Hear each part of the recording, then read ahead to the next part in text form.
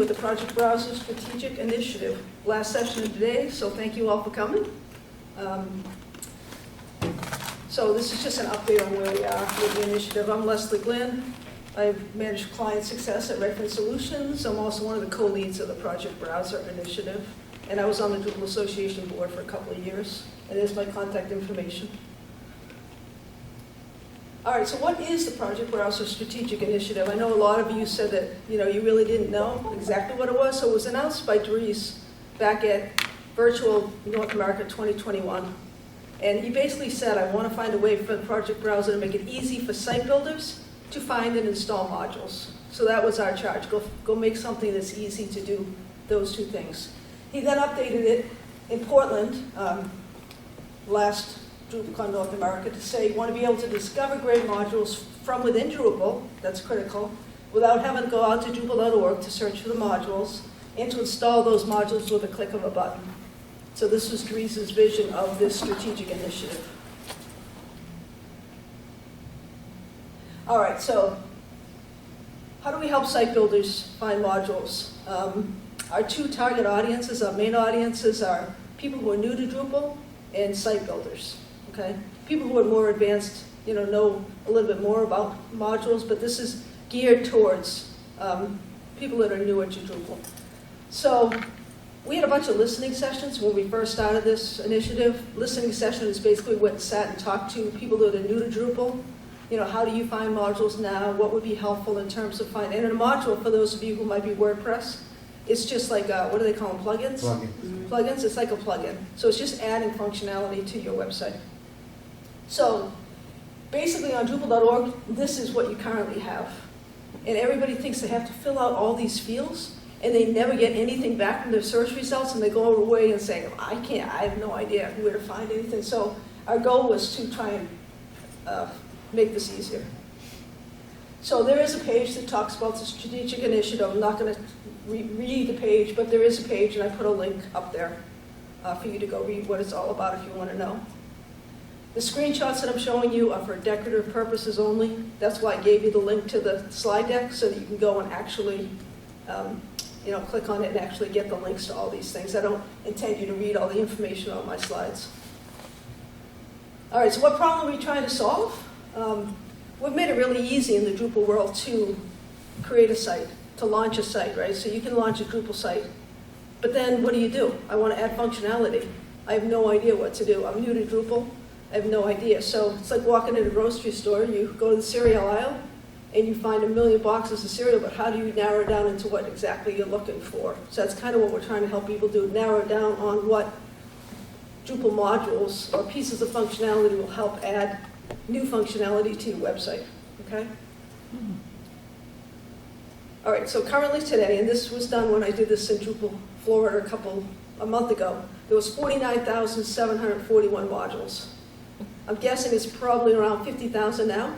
So how in the world does anybody go and say, I'm looking for a module, how do I find it in that huge space? So when we first started, we had a couple of MVP goals, which we've met all these goals quite a while ago. But basically, the first one is, I want to browse for modules compatible with my Drupal website. So I build a Drupal 9 website. I only want to find modules that are compatible with Drupal 9. I don't want to get Drupal 6, Drupal 7, get all those. So basically, it looks at your site, figures out what version it is, and only brings you back compatible modules, which is pretty important. We initially just provided instructions for downloading and installing the module, so it basically gave you the composer instructions in a mobile window. We've since gone beyond that, but this was our original. And then we had filtering, and we created a contrib module. Goal is to get it in core. Right now it's a contrib module. All right, so we are in beta 4 right now, so we've released 4 betas of this contrib module. You can go try it out.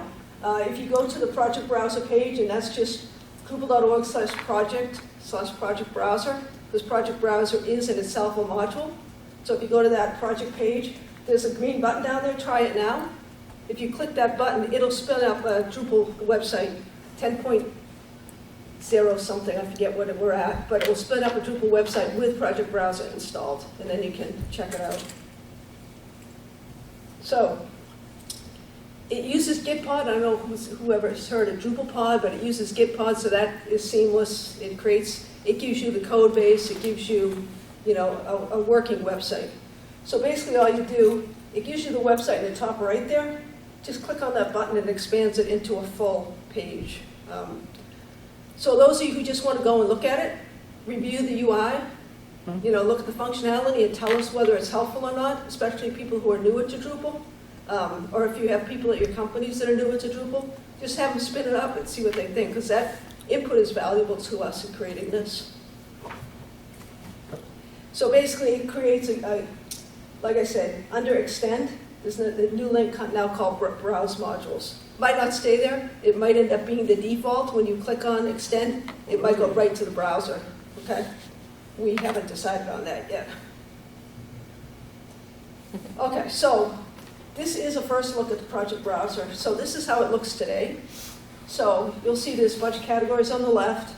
There's a search bar. We've changed that to be, it used to be starts with, now it's contains. So it contains layout, and it would look up things like Layout Builder. So the default filters right now, and you'll see them in the blue, it has to be maintained, so it has to be actively maintained. It has to be a stable version, so it can't be just an alpha or a beta or a sandbox. It has to be a stable version of the module, and it needs to be covered by the security policy. So those are our default criteria. It'll only bring back modules that fit those criteria.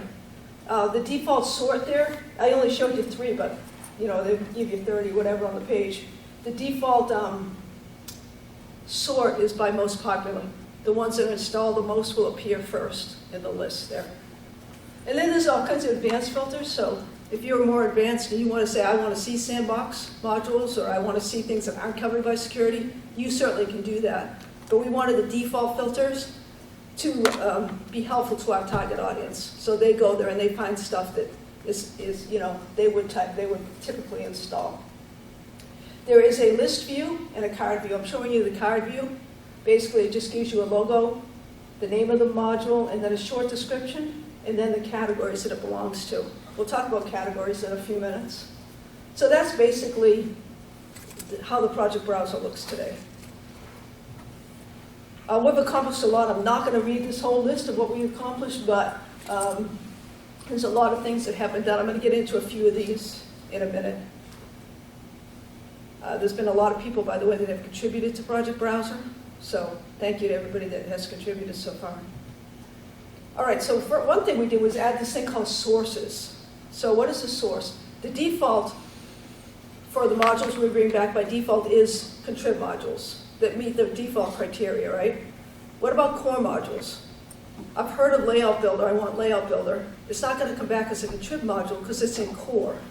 I'm looking for media. Media is not going to get returned by default because it's in core. So we added this concept called sources, and you'll see the tabs, the gray tab there with the arrow. So over there on the right, it says core results. So it brings back contrib things plus core things, and it's up to the person who adds Project Browser to decide what sources they want to include. Now let's just say you're Stanford University, and you have a set of modules that you only want people to install the specific set of modules because that's what you vetted, that's the only ones you want. You can create your own source and say, I want to include the Pantheon or Acquia, whatever source of your vetted modules, or the Stanford source. So you can create your own set of modules that would be in the results here, which is really powerful for people because people say, I don't want people just installing anything. We only allow these 50 modules or whatever it might be. So we put that in.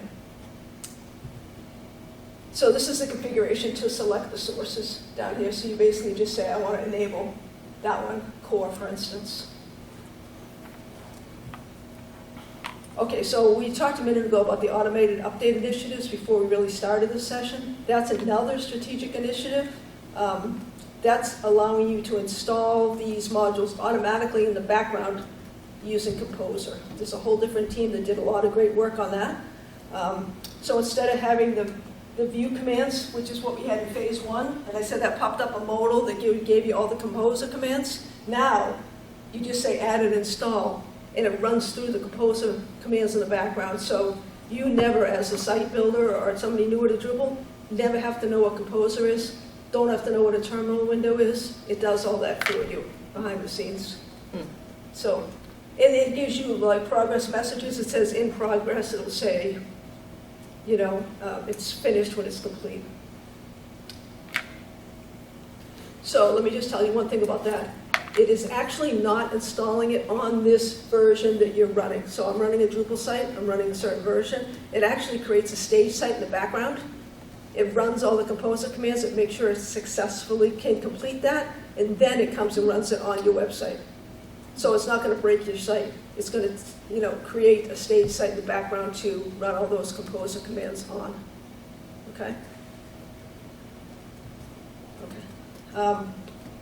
By default, that automatic install is not turned on because there are companies that say, I don't want people, I don't want site builders installing modules. Yeah, they can look at what they might want to install, but me as an admin or me as the dev team, we want to decide what gets installed. So that little checkbox that says allow installing via UI is deselected by default. Whoever sets project browser up, whoever enables that module has to say allow Composer in the background to work, okay? And that's just based on feedback that we got. All right, so there is one problem. I don't think they've fixed this one yet with Package Manager and Symlinks. So I told you you could use Gitpod to install a sample version of Project Browser. That's not going to work because of this symlink issue, okay? So it's going to give you that error message. But you can do the pop-up and test it that way. You can also install like a Drupal 10 site locally, and then Project Browser will run in the beta 4 version that I mentioned. So just if you go to Gitpod and all of a sudden you say, wait a minute, I'm seeing that error, just remember that it's because Package Manager it's not compatible with Symlinks. I technically don't know why, but they're trying to work on that issue. All right, so here I am, and I said install Path Auto. And it goes and it says it's installed, but token is a, what do you call it? Dependency, very good, dependency. So it's also going to install token as a dependency. The only caveat on that is currently you have to refresh your page for token to say installed. It does install it, but it doesn't tell you it's installed unless you refresh the page, and they're working on that as well. All right, so what are we currently working on today? We are working on the big one, updating the content. How frustrating would it be for people who are using this to help them easily find modules, to get information like the description of the module that is so technical they have no idea what it means, right? So we are working on the content. So we're working on the logo, the short description, and the categories, and I'll talk about all those in a minute. We're also talking about that, you know the project page in Drupal.org? You say, I want to install meta tag, for instance, and it gives you, in Drupal.org, the project page gives you the whole big long thing that has the documentation and the issue queue, and none of those project pages are the same because it just depends on who created it. It's just a big body field. So we're trying to make that easier we're not trying to change the project page, we're trying to change the detail page within the project browser. So I showed you the card. So if you click on the card and go to a detail page, we want to make that detail page have information in the order that's most valuable for people that are looking, trying to figure out what a module does. Does that make sense? Okay. So we're working on that right now. Let's see, we're looking at the categories, which I'll talk about, and I'll talk about each one of these things. Key thing is the bottom one, getting module maintainers. I said there's 50,000 modules. Let's just say we work on the top couple hundred. How do we get those module maintainers? Because they have to update their project pages on Drupal.org. We can't update them. I can create issues. We can create content the community thinks would be good, what categories they should use, what short description they should use. But I then have to get that over to the modular maintainer for them to actually update their project pages. So that's a challenge. So if anybody has any great solutions for that, let me know. All right, so this is it. So we have meta issues. So I have a meta issue for logos. So we don't want the blank puzzle piece to be the logo for all of the modules, right? So I created a meta issue that has child issues, and I'll create a child issue for each of the, the most popular modules that don't have a logo currently. So if you're a designer or you know designers that want to create logos, go to the meta issue and you can just, spin through all the different, modules that need, because a lot of module maintainers don't have that design experience, they can't create the logo, but somebody that's a designer that wants to contribute to Drupal, that's a great way for them to contribute by creating the logos. So, so we're not going to have a contribution day here, but we can talk about how you can contribute after the fact. So when you add the logo, you basically just put it in the issue as the proposed resolution, which is, and we give you the directions. It has to be 512 by 512 square. It has to be less than 10K. There's a couple of different things that say this is what makes a good logo.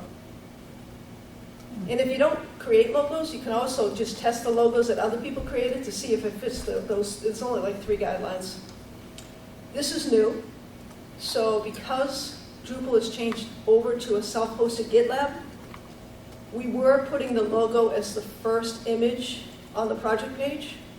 They've changed that and said they now want it to be the logo.png file in the code repository at the root level. So that makes it easier to display the logo in GitLab and in Project Browser. So that's something new. So again, the maintainer would have to do that, put the logo in their code base. All right, so now the non-technical description, same thing. I created a meta issue for the descriptions, child issues for each module that doesn't have a self. So we want it non-technical, and we want it less than 200 characters. So we want short, non-technical. Non-technical, non-technical, that's the key thing. We want somebody to be able to look at that short description and kind of know what that module does.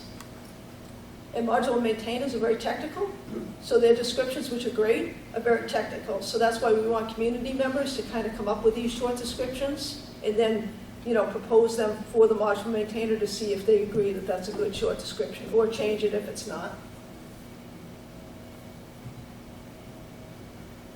All right, so basically same thing. You put it up in the proposed resolution. One of my challenges is trying to figure out how to get these project browser issues, how to get the maintainers to know that these exist and to actually act on them. Initially, I moved a few over into their queue, into the, say it's meta tag. I moved it over to Damian McKenna's meta tag issue queue, but then I lose track of it. Was it done? Was it not done? So I have to figure that out. So anybody that has any suggestions on how to make that easier, I welcome your suggestions. And site builders can help here creating these, And we also need people just to review them. If you're new to Drupal or newer to Drupal, take a look at some of these short descriptions and say, oh, I would know what that module did if I read that short little description. Or, I have no idea, that's way too technical for me. All right, so the way we're adding the short descriptions, we're adding it to the summary field on the project page on Drupal.org. So there's a body field with a summary. That summary is what we're going to read. The summary isn't currently being used, so we're going to use that to actually add the short description. Okay. So this is just if you're in the issue queue, goes from needs work, which is propose the description of the logo, needs review, somebody is going to review that. Then it's reviewed and tested, and then I have to get them over to the maintainers somehow. So that's just the way the contribution works. Okay, let's talk about categories right now. So categories are a way for you to say, okay, this module fits into SEO, or fits into maybe media. There are currently 55 categories. Okay? How does somebody new to Drupal know where in the heck to go to look for a module when there's 55 categories, right? So also, the modules that currently exist in Drupal.org, some of them have up to 30 categories assigned to them. They just basically said it fits into every single category, just so when you search for it, their thing always comes up. So we're working on coming up with a smaller list of categories. And we definitely need help there. So we have 19 categories that we've proposed. And some of them are up here. So we have a category and then a scope, like when would you use this particular category? We've been asking for feedback on this. You know, a project in this category will, you know, do what?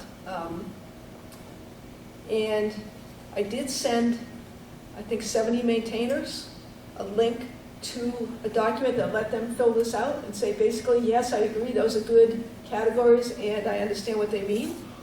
I only got like 10 responses so far, and that's not a big enough sample set to say these are good categories. So again, any help, any suggestions on how we get additional people to fill that out? I sent them a link. No, I didn't have email addresses for the maintainers, so I went to their Drupal.org profiles and contacted them that way.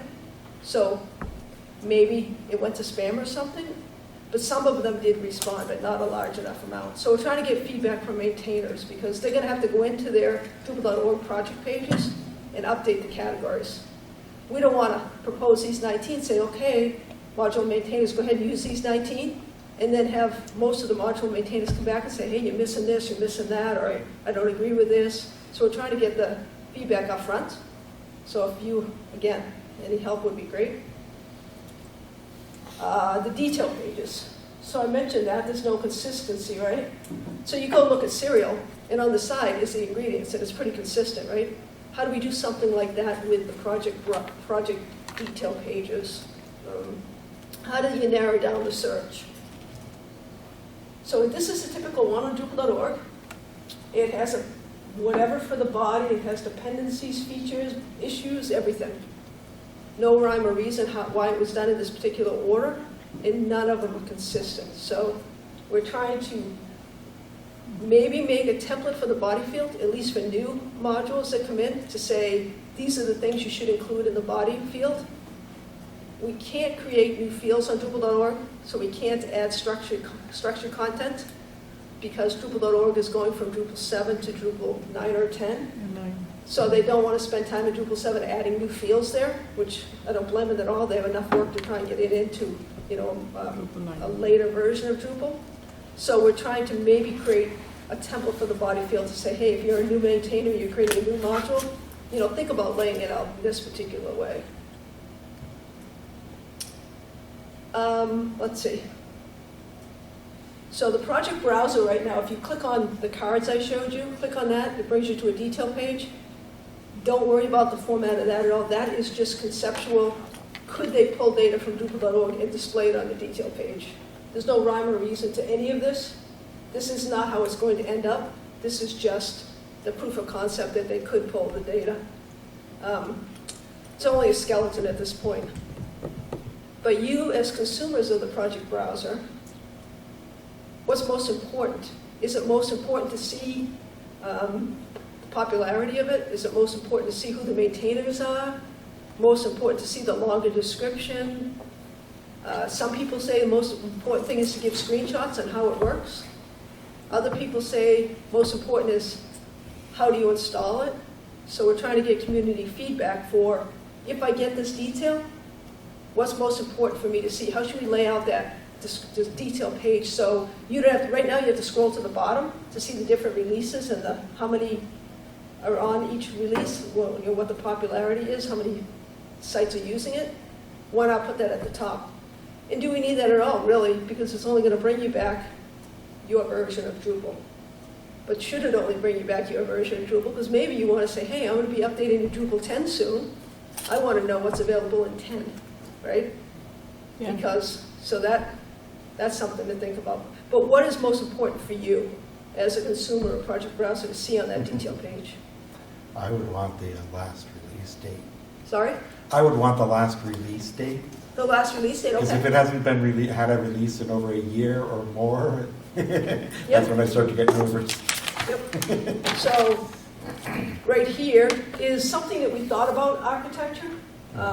So a branding section, description, you know, these different sections were things that people had proposed. We have been meeting, so here's an example of using that.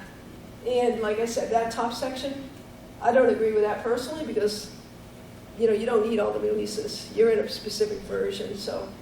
But there's information on here. Again, we're nowhere near having this ready. But I'll tell you in a minute what you can do. I don't think I had that on these slides. Let me just go back now. I'll let you know how you can give us input on that. Another thing is, right now, we have a mocked up API that goes to Drupal.org whenever we say go to Drupal.org and pull the latest data.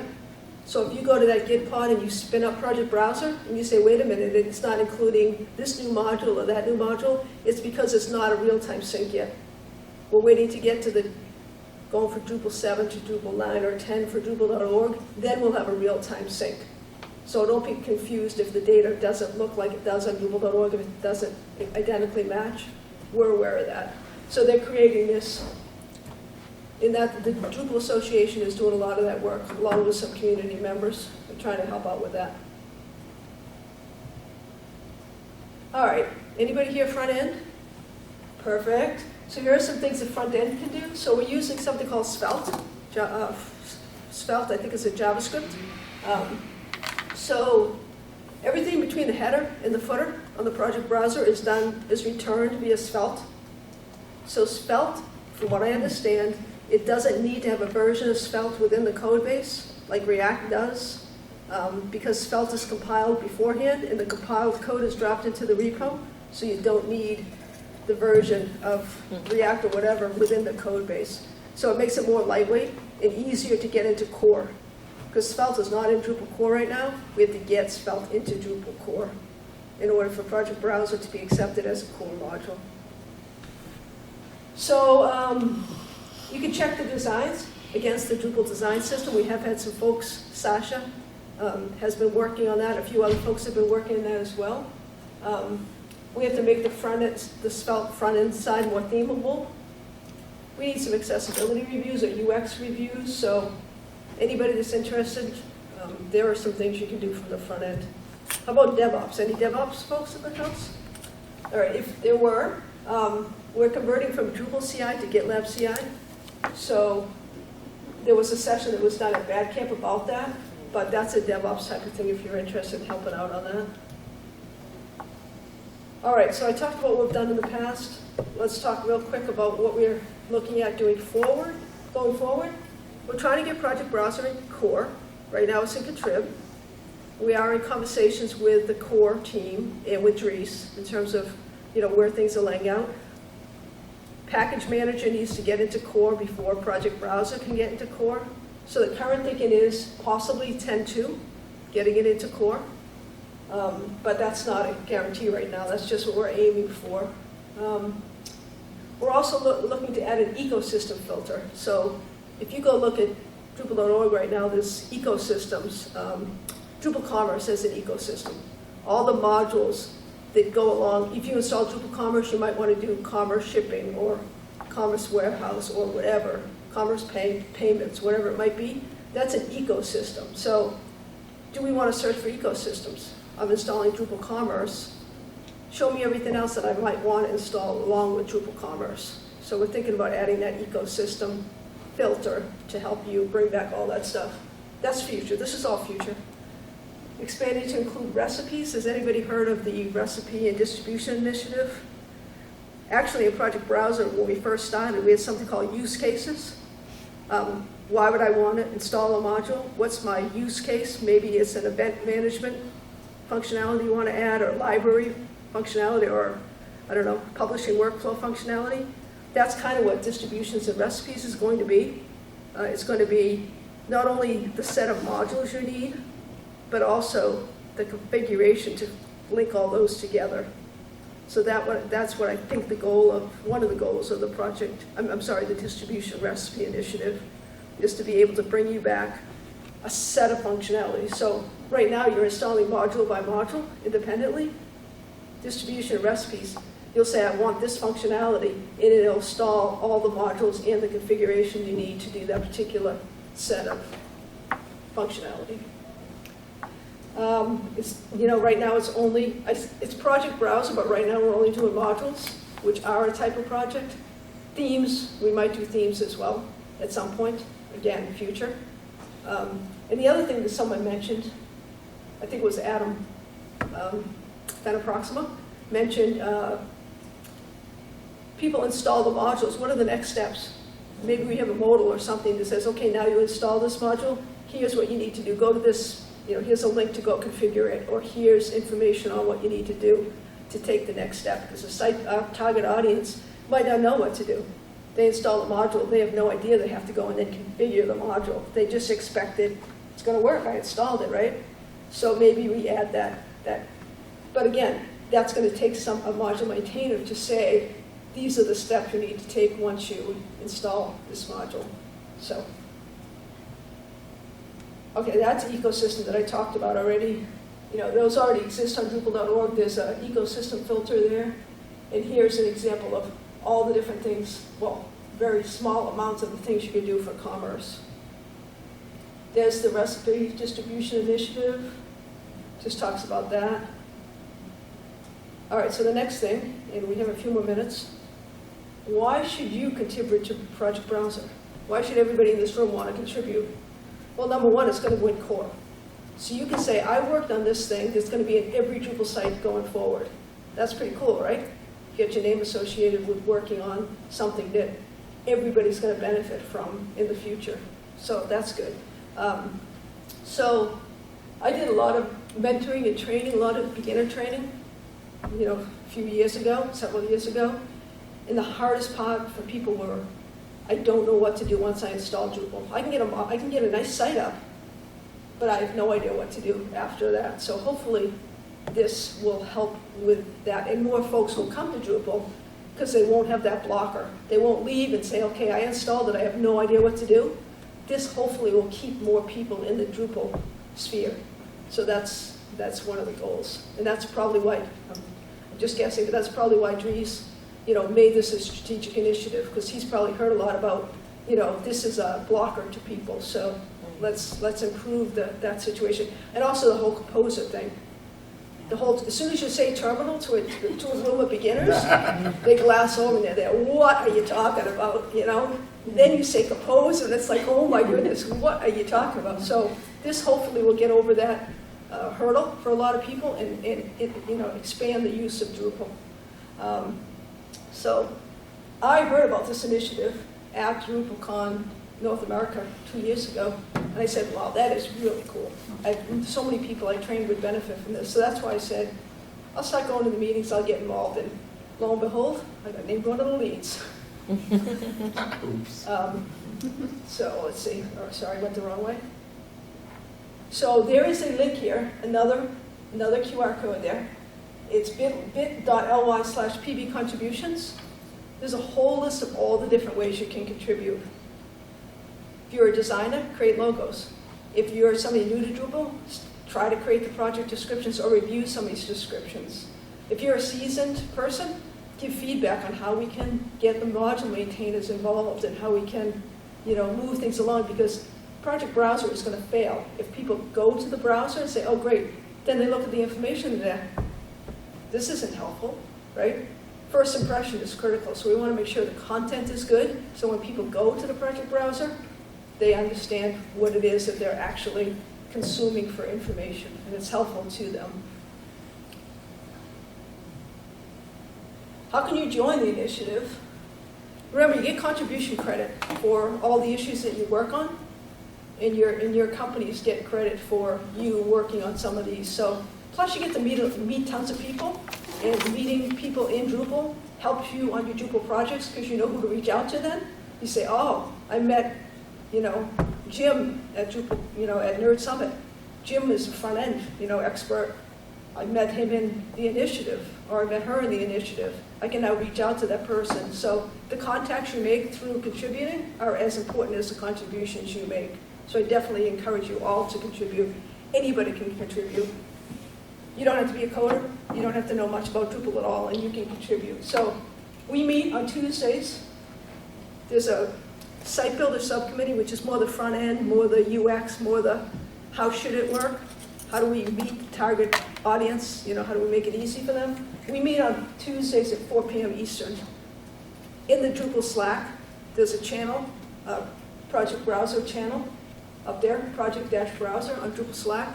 Hop in there and just say, hey, I'm interested in contributing, or just follow the meetings. Meetings are all, we create a, what do they call them, a thread, and then people just comment on the thread. So you're not around at 4 o'clock Eastern, we leave it open for a whole day, so you can just go in and give your opinion.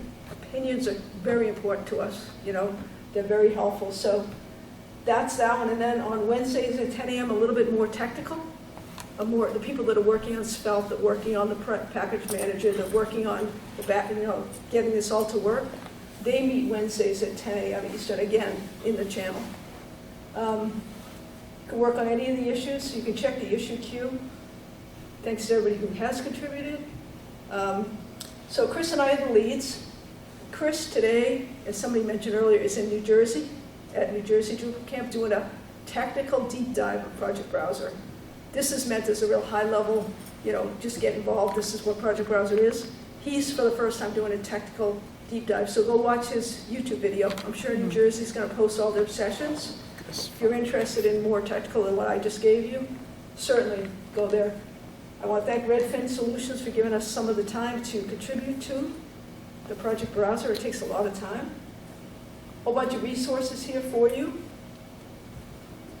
And then before I do Q&A, one thing I didn't, for some reason I missed it on one of the slides. If you want to give feedback on the categories, there's a link where you can do that.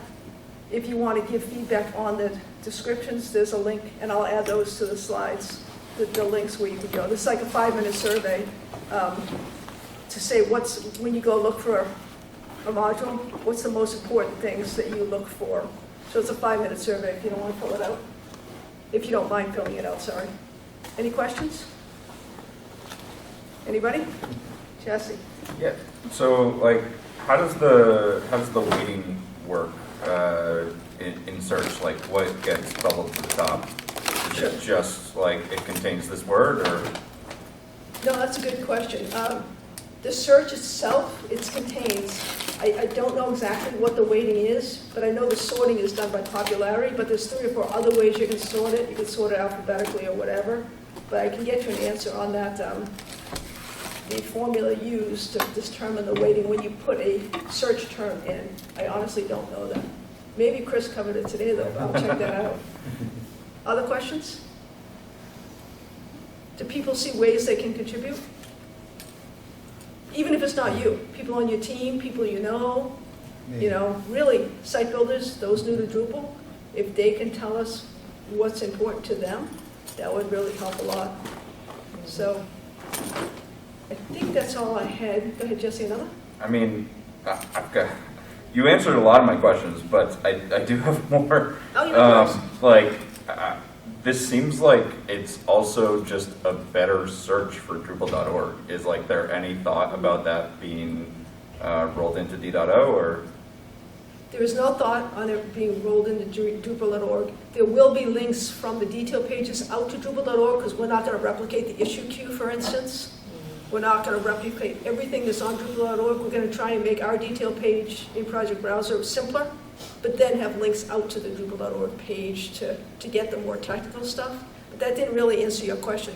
You were asking, are we going to replace Drupal.org? Is that what you were asking, Jesse? Or I just feel like it's what you showed seems like a better search. Like you started with a screenshot of the search on Drupal.org, and then you showed Project Browser, and I was like, well, that's. I think he's saying not replace the whole site, but replace the search on Drupal.org. Yeah. Right, so with something that parallels this. Right. So the question for those of you who are listening to the recording is, are we intending to replace the complicated search that's currently on Drupal.org with the simpler search that we're currently building in the Project Browser? Are we going to replace that on Drupal.org? I don't have an answer for that, but it is something that I can bring up. But we are going to link out to Drupal.org from the Project Browser detail page. You have another one? I mean, I have curiosity about Svelte and how that was chosen, because I am interested how that's actually going to end up in Drupal core. Yeah, I was interested in that too, actually, about Right. Svelte and Drupal core. Yeah. Right. So the reason Svelte was chosen, from what I know, and again, I'm not a front-end developer at all, I didn't have anything to do with the decision, but My understanding is that it was built because it's lightweight and it's easier to get into core than some of the other JavaScript frameworks where you need to put in the specific version. Sure. Where it's compiled outside, it's lightweight, it's very easy to learn. I think that's why it was chosen, but certainly reach out in the channel to Chris Wells. Chris from Redfin is his Drupal.org. Reach out and he can definitely answer that question because he was part of the group that decided on that JavaScript. Yeah, all the reactive nodes and stuff, Yeah. they require whole other vendor directories and Yes. everything. Correct. That are gonna become a nightmare. Correct, so feedback from the audience is that you Sure, but would what's have to put already the in version of Drupal core? React in the vendor Right. directory. Right, that's what I thought, so like. What's it? What's in there?